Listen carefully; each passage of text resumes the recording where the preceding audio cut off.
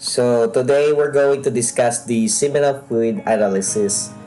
So we're going to discuss first the anatomy of the male reproductive organs, which is starting at the testes, which they reproduce the sperm or the semens. Then it goes to the epididymis, which they receive the spermens. Then it transport the vas deferens and go to the seminal vesicle, which is under the bladder, which the seminal vesicle goes to the prostate, receives the prostate and does the process thing.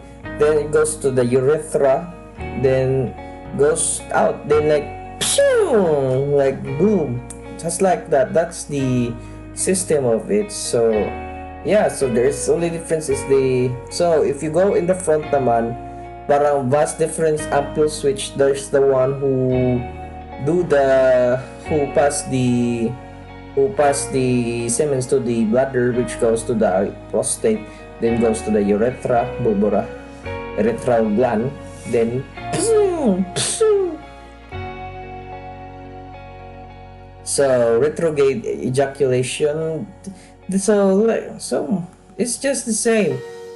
Semen expelled into bladder, internal urethral sphincter relaxes. So you shoot the semen. So the color of the semens, pwede mo siya sip-on na they could be opaque, like there is clearly but not that clearly.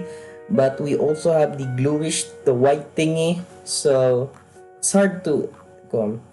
So the composition of a semen naman is that there are 5% of ejaculate approximately spermatozoa. Then there are seminal fluid, which they contains protein and enzyme, which there is an acid phosphatase, citric acid, zinc, fructose, and fibrinogen like coagulable proteins. So the function in the fertilization process is that they are the activation of spermatozoal motility, they are the provision of nutritive substance, they are the conveyance the spermatozoa to the female egg, and they are the provision of enzyme necessary to penetrate the ovum wall and achieve fertilization. So the maturation of sperm, it take place in the testes, which it is the haploid 23 numbers of chromosomes. There are the follicular stimulating hormone, they are known to be FSH. They are necessary to initiate spermatogenesis. So that there is testosterone for the stages of maturation. So as you can see, we have the spermatogome. So this is the form of the sperm. So yeah, so if we go in here, the spermatids is at the outer wall, they are small. Then it goes to the secondary spermatocytes, then after that it goes to the primary spermatocytes until it goes outside of the body and then do their job. So it is like this, the 2N, which the mitosis 2N, which there is type 1 spermatogenome and type B spermatogenome. The type 1 spermatogenome, it mitosis back to the 2N, while the type B spermatogenome, it goes to the 2N primary spermatocytes, which it proceeds to meiosis 1. It separates again to secondary spermatocytes, and then it goes to meiosis 2. Then it multiply again 2 times 2. Then the spermatids, 2 stages of differentiation. Then they form into heads, and then there's doing the spermiogenesis, and then it's done. The spermatozoa is done. So it is just like that. So the stages of sperm maturation, there could be spermatogonia, spermatocytes, spermatids, and spermatozoa. So let's start with the spermiogenesis, the spermatids to sperm. So ang spermatids naman, nasa nucleus. There is spermatid nucleus, the Golgi apparatus, and the acrosomal vesicle. Then the acrosomal vesicle naman, it turns to red in the upper left. then there is now the centriole, appearance of centriole. Then it goes again with the microtubules and their flagellum. It appears there is microtubules and flagellum, and then it applies again with the mitochondria, and then it forms with an excess cytoplasm. Na mga excess cytoplasm siya, ni-form siya na yung nucleus, and then the acrosome also na ni-form na po siya into pointy, then it goes to its to its normal mature site, which there is the head, the midpiece, and the tail. So this is another again with the spermiogenesis and spermatozoan structure. So there is mitochondria, nucleus in the center, and Golgi apparatus, of course. Then in spermatids in 1 week, the chromosomal vesicles goes here in the upper of the nucleus. Then it tried to form with some kind of triangular shape. Then it goes again with there is now an excessive cytoplasm. Then the acrosomal shape. Then there is a tail. There's always a tail. Then it goes again. It sheds cytoplasm, where the excess cytoplasm shed, and now they form into something. There's now nucleus and acrosomal cap. There always be acrosomal cap, and then it goes again to its mature spermatosome, which there is a tail, could be 55 micrometers, which it is made of fibrous sheet of flagellum. Then we have the middle piece, which is 5 micrometer. There is a mitochondria neck, and the neck is the 1 micrometer, which they're made of centrioles, and the head is 5 micrometer, which it has a nucleus and acrosomal cap. So this is now the maturation of a sperm cell. If it is early spermatids, it has no tail, it did not develop, but it has the Golgi vesicles, the centrioles, the nucleus, and the mitochondria. If it is later spermatids phase, it has a shorter tail, which it has an axial filament and an acrosome na. Then if it goes to its full maturation naman, the acrosome is formed, the head, the nucleus, the midpiece, and the tail. So all it takes is just one sperm to make a baby. Yeah. So the process of it is that the sperm and the acrosome, it goes to the cell of the ovum. So it push back, so the acrosome is breaking down, but then it releases the acrosomal enzyme. Then after that, it kanang nakapoint na siya, nakakuha na din siya sa yung wall na dahil stick na din niya sa wall ang actin filament. Nagkuha na din siya actin filament dayon, tapos kuha na din, gi-release na din ang nucleus. Then ang nucleus na dahil kuha na din siya, ni pair up na din siya sa egg nucleus, and thus forming the zygote nucleus na dayon. So yeah, nag-forming na din siya og zygote nucleus, and then the follicle cell naman, mga follicle cell naman, ara siya gyapon diha ana bay, di pa na mawa, pero ang katong nabilin sa sperm diha ra na magstick ka na antod na matay ra din, kay wa naman nucleus, tuwa naman sa kuha naman egg cytoplasm naman. So yeah. So the indication for seminal fluids analysis, it is the infertility investigation. It is the quality for donor for artificial insemination requires complete semen analysis. There are the documentation of the completeness for a vasectomy. There are the evaluation of semen quality is necessary for semen and sperm banking. And it is the forensic studies, especially for sexually related crimes as rape, and for forensic studies of seminal fluids for paternity allegations. So the routine semen analysis naman, either physical, it should be looked the physical of the volume, its viscosity, and its morphology. Then you should also look the chemical, the microscopic evaluation, which the microscopic evaluation if it has motility, sperm count, viability, and cells. So what is the difference between sperm and semen? Semen is more likely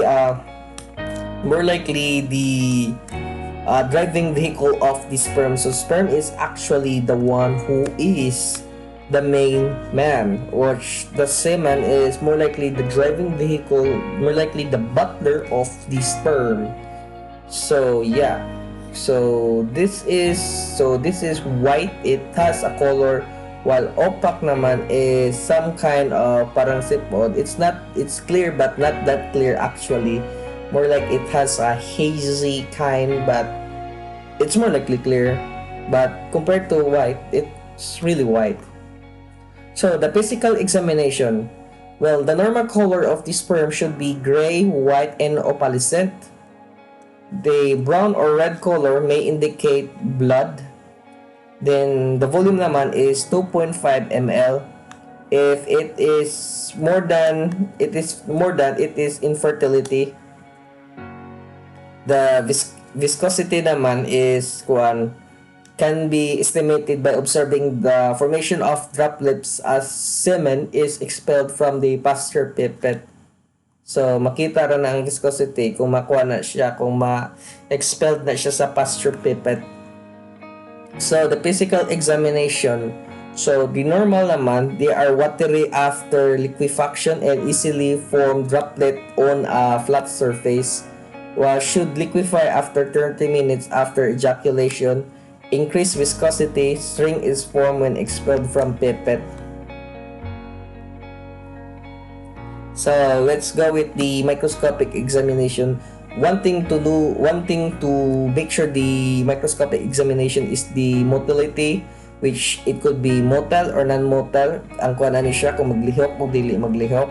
Ang sperm counts naman, 2 big squares times 50,000 ni siya. So that's how you do it. If it is 1 square, it is 25,000 lang. So that's how we do it in sperm count. We will discuss this detail later. Then we have the sperm morphology. If it is normal, abnormal, which equals to 100%, you have to count the abnormal and the normal. If abnormal naman gani siya, ihapon mo abnormal minus 100, then that's the percent that is needed. So the viability, if it is dead or alive, and then the examination of cells other than the sperm cell present like RBC, WBC, or epithelial cell. So in the sperm count naman, if normal sperm count, daghan siya, but if low sperm o kung low sperm count pa lang siya, gamay ra gid kaayo, as in mailhan ra gid nimo na gamay ra. Pero kung sperm morphology naman, ang normal sperm kay baw natana. Kung abnormal sperm naman, malabang na ginay kalainan sa porma. So sa sperm motility naman, there are normal forward progression, kanang straight lang, or abnormal motility, miskin asa lang siya, walay direction, murag imong uyab, way direction. So sa parasite sa money sperm ni actually naiuban na gamay ulo, naiuban na dako, naiuban way ikog, naiuban naa, pero ang timan-an gyud ninyo sakto rang ulo o sakto ang ikog, mao gyud timan pati ang middle piece day kailangan timan ipon na nimo. So nana siya. So apag grade sa sperm naman na ay grade 1, kani mga dili na makalihok, di isla kalihok gyud. Ang grade 2 naman, these have non-progressive motility because they do not move forward despite the fact that they move their tails. So makalihok sila pero tuyok-tuyok ra gid na siya. So ang grade 3 naman is makalihok din sila, makalihok din kayo, makamove, pero walay direksyon, murag imong yugma, way direction. So maglihok-lihok ra gid ni siya. Tapos ang grade 4 naman, mao na gid mo straight ra gid og lihok, mo straight ra gid ni siya, nanay direction, tapos kusog pa gid mo lihok. So napoy uban na motility ring, which ang 0 naman is immobile. So immobile sila, di gid mo lihok. Ang number 1 naman is sluggish, walay forward na progression, lihok sila pero dili mo forward. Tapos napoy number 2 naman is slow pero wide direction motility. So maglihok, hinepas lang mo lihok, wa pay direction pa gyud. So ang pangtulo naman is mobile sila, moderate linear progression. Once lang moderate ra mo lihok, tapos kuan ra dili kay kusog mo lihok kay siya, mobile lang. While ang number 4 naman is mobile, strong progression, and high speed pa yun. Kusog na gini sila, tapos kuan na. So, sperm motility can be further specified into 4 different grades. It could be grade A, which is progressive swimming in a straight line. Grade B is progressive but traveling in a curved path. And grade C is a non-progressive motility but with perceptible tail movement. And grade D naman is a non-motile or non-moving. So, motility, it is an important indicator of fertility. It is directly proportional to the anatomic integrity of spermatozoa as well as fertility. Normal at least 50% of the sperm ranks 3 or 4. And then the 10 different fields where at least 100 spermatozoa in each field for motility evaluation. So yeah. So there is a sperm motility video, but you guys gonna watch that on your own na. So let's start with the sperm count, which is the counting chamber or neurobarrier. Kani sila mao ni mag-count sa sperm, pwede po ni siya cell pero majority sa sperm yun ni siya. So na siya improve number. This is the model ni siya, mga abot daw ni siya 10,000 daw. Ta kay glass man daw ni magagamay magka 10,000 daw ni siya. So wa ko kasabot kid ani gyud sa ni siya. So ato ra nga ko discuss later. So morning hemocytometer sa side view, which it has the overflow naman siya, murag deep kay siya. Napod siya counting grid kaning tunga sa nagka-deep na mga overflow. Kaya duha man ka overflow, ang tunga ani mon ang between ang duha ka overflow na morning counting grid or mga H mo ni magkuan. Tapos ang sample na dapat sa duha ka overflow, between sa duha ka overflow, and then na cover glass na yun para i-cover. So the grid naman, so ang grid sa count 1, sa count sa taas naman, or ani dalang imong timan 90 degrees on the left ra gyud, miskin right dili pwede, di gyud siya pwede, ayaw count right, left gyud sila tanan, bahalag kuan. So mao din ni siya, tapos kuan. So ang preparation ani, kung mag-prepare kay ka, ang sample induction ani is that timanin ninyo na ang kailangan ang sample depth na is kuan 0.1 mm, which you have to put the sample on the under the cover glass, then the counting chambers naman din ang magkuhan dayon. Then the covering slip naman is mounted na din na siya, and that's how you do it na dayon. So simple lang yun siya, murag kuan lang yun, basta 0.1 mm ang timan is sa sample depth ra gyud. So high power objective, you have to use the high power objective in order to count the spermatozoa, which morning mga white blood cell di siya. WBC ni siya ang sa mga dako na mga square. Walang sa gamay naman is RBC. So you have to count yun ni siya. So parang ingani ra, gi-count lang nimo A, B, C, D, tapos 1, 2, 3, 4 din siya sa tunga na dayon. So in the normal sperm count, daghan ni gid siya, but in the low sperm count naman, gamay ra gyud siya, mo ni sperm count. But in the sperm motility naman, the normal progression is they are straightforward, while the poor motility naman is they don't have a direction, they change direction, or they don't have really a direction. So in the sperm morphology naman, a normal shape na siya, tapos di po siya abnormal shape po. So the sperm count. So sperm count done in a counting chamber or the Mackler chamber. Their slide is pre-warmed to 37%. Then the high performance, high power objectives naman is used in the examination, and then there is 10 squares or fields ordinary slides, which they have 20 meters to 200 meters per millimeters ang kuan niya. So this is it. So mao ni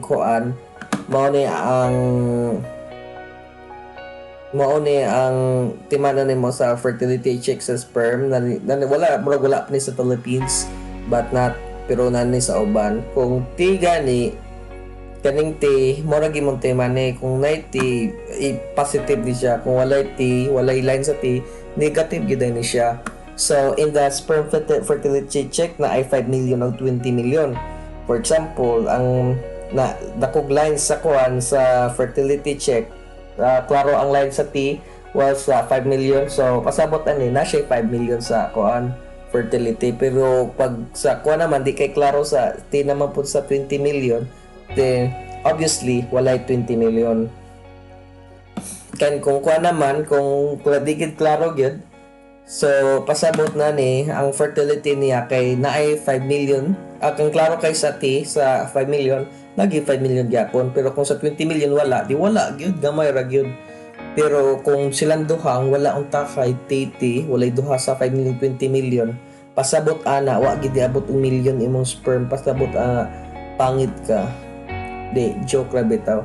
So sa morphology naman, ang normal ani at least 50% should have normal morphology, at least 50% siya. So if it is more than 50% of abnormal morphology, can be related to infertility. So 50% ra na murag vaccine ba na 50% okay na, pero kung less than 50% ayaw na pag-expect na magpa-vaccine pag utro.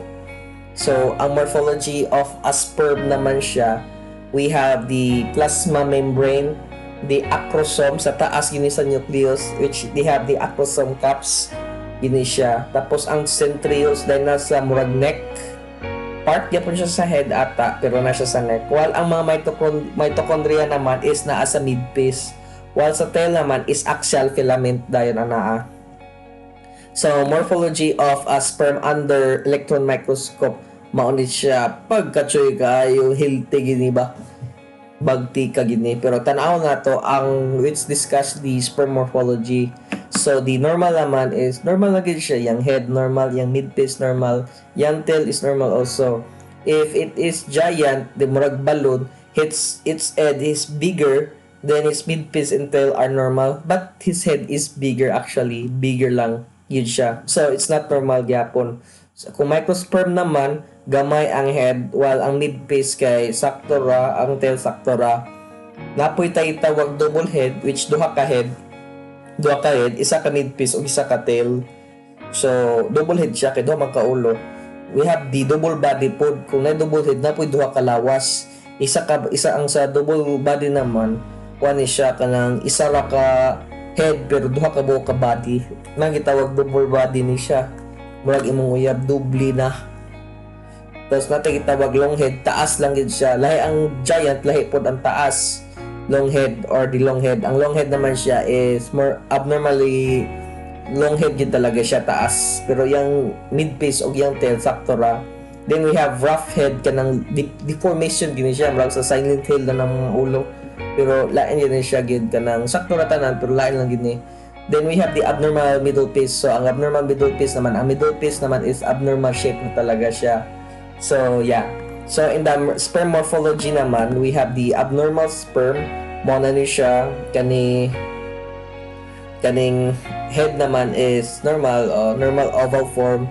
Then these are the abnormal normal form. So there is only one qualification of the sperm, which is the normal lang. The rest should be classified as an abnormal. So if we look at in this normal sperm, so abnormal picture structure, so we all know that tanawon daw ninyo sa picture dalang. So tanawon daw po ninyo sa picture dalang kung asa abnormal o normal. It depends on you. Don't be scared if kuan yun, because we all make mistakes. So 1, 2, 3, 4, 5. So yeah. So in the normal naman, mailan mo more than 15 million per ml kay sa sperm count na punta. Kung normal naman, may 450 million ml kay daghan gid siya, as in daghan, murag halos na space na. While ang sa mild naman is 14 to 5 million per ml. Daghan gyapon siya, pero murag kulang na ba na uban sa square na isa lang ka sperm, na uban duha, na uban duha. Majority gyapon daghang gyapon, pero lagi uban na dili na. Nagyapoy iba na bi-pair, pero na iba na dili. Whereas in the normal naman, tay uban tulo, duha, digid wagi mag-isa. Pero sa moderate naman, uban na blanco na, uban na isa, nagyapoy duha, pero kasagaran majority isa na lang gyud. Mo nang ilhanan mo sa moderate. While severe naman, halos wa na gid, nag-single na gid sila. Pa ang sa moderate nang paday kay 5 to 1 million per ml ra, while sa severe naman is less than 1 million per ml, ganyan kakuan. So, in theory naman, kung mag-ejaculation ka at least once a week, at least imong sperm dili ma-develop na mura na o baki, kailangan pagawas yun perminti gini siya, mao gini siya ha.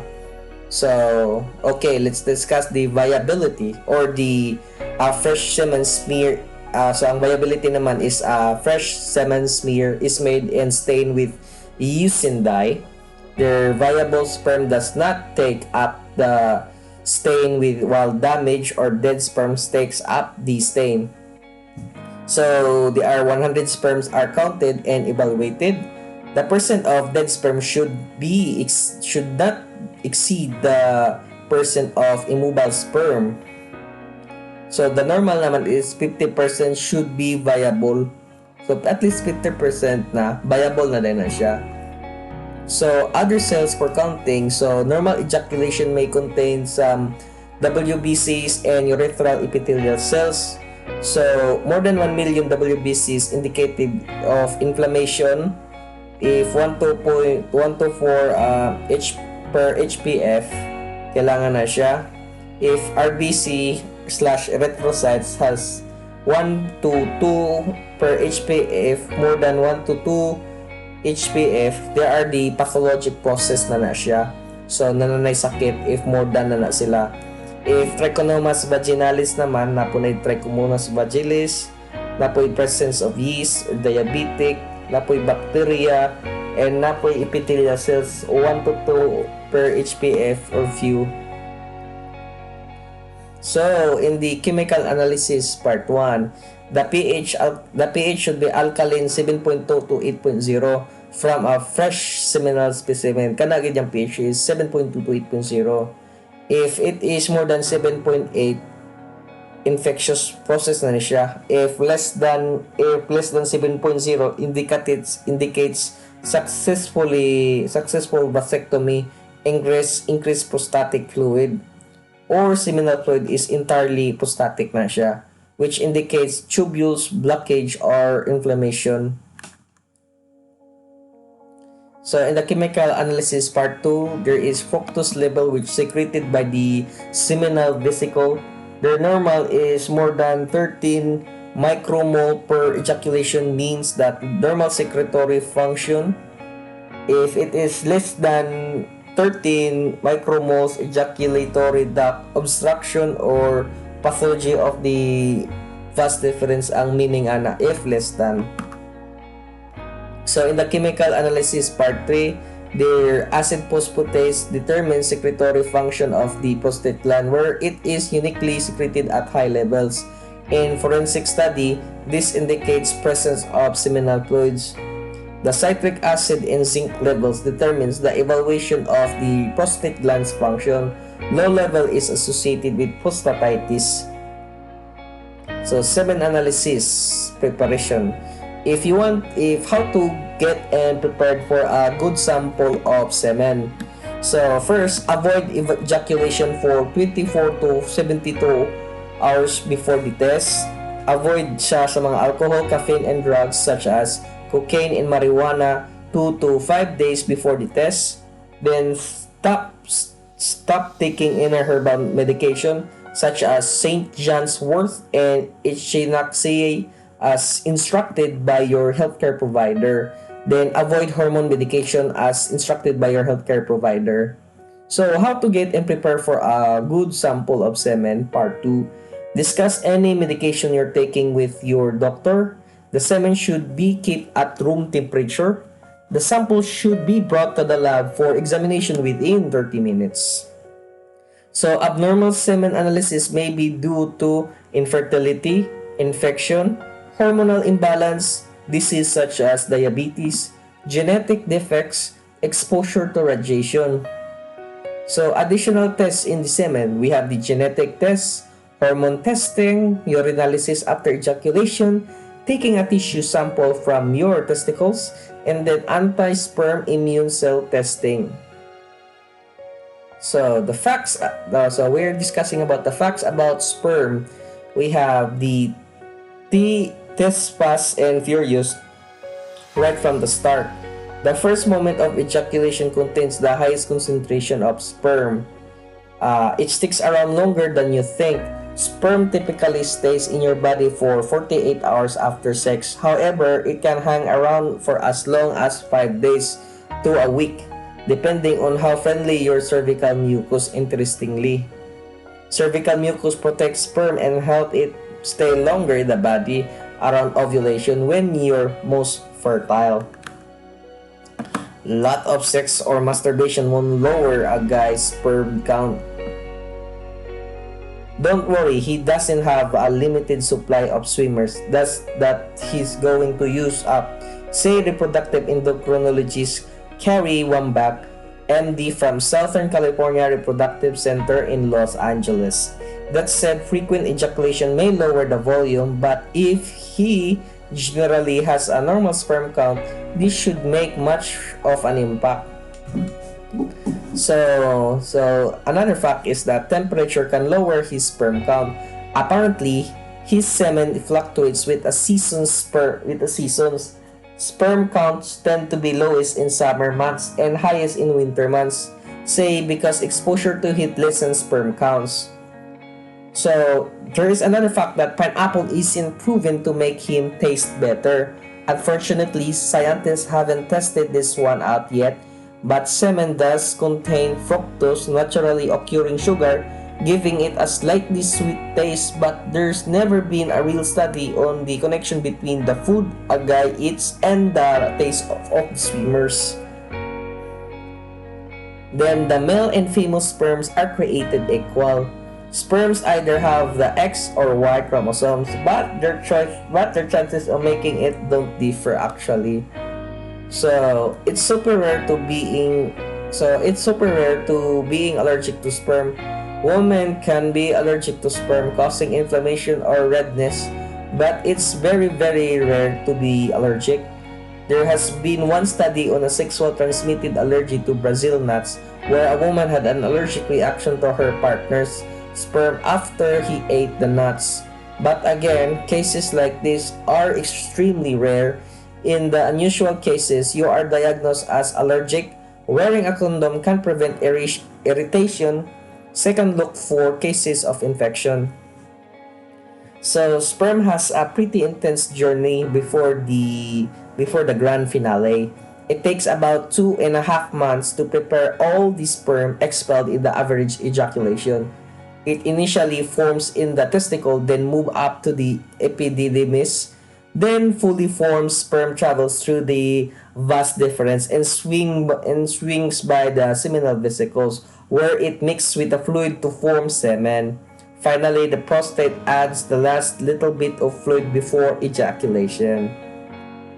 So your guy's health affects his sperm. So sperm may be healthier for men under 40, say Wambach. And they definitely be healthier in men who avoid things like smoking, a high-fat diet, and environmental toxins. So if you're considering starting or expanding your family, keep that in mind. So practice safe sex. So sexually transmitted infections such as chlamydia and gonorrhea are a leading cause of infertility for both men and women. To protect yourself, limit your number of sexual partners and use a condom each time you have sex, or stay in a mutually monogamous relationship with a partner who isn't infected. What's the best way to produce healthy sperm? So fertility diet chart. So what's the best way to produce healthy sperm? Eat a healthy diet. Choose plenty of fruits and vegetables which are rich in antioxidant and might help improve sperm health. So kana imong pang-eat gid ha. So morning vitamin supplements. So we have the vitamin C, vitamin E, vitamin B complex, vitamin K, vitamin D, and vitamin A. Those are the morning nutrient supplement. So the proper monitoring supplement for male fertility, as what I mentioned. So it could be calcium, morning nutrient supplement, or could be calcium, L-carnitine, the L-arginine, the Moira puama, diamina, coenzyme Q10, carotenoids, choline, and citrus bioflavonoids. Those are the morning nutrient supplements. So what's the best way to produce healthy sperm? So maintain a healthy weight. Some research suggests that obesity negatively affects sperm quality, reducing both sperm count and sperm movement. So you have to manage stress also, because stress can decrease sexual function and interfere with the hormones needed to produce sperm. So exercise to increase sperm counts. What's the best way to produce healthy sperm? Get moving and include physical activity in your daily routine. Sperm bank cycles or cryos. This is the sperm donor. So yeah. So it's that we have in the advertisement. So the big buck for sperm, but only a handful of men would qualify for uh 1,500 US dollar per month offer if the program is introduced, with an increased number of women looking to freeze their eggs for future use. The huge so qualify, so parang mga sperm count na ito. So let's skip that. A part of filtering ka for 1,500 nangyari.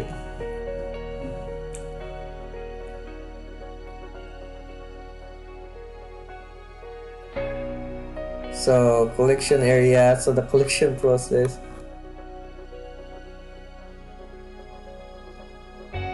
Oh shit. Damo na din siya yan.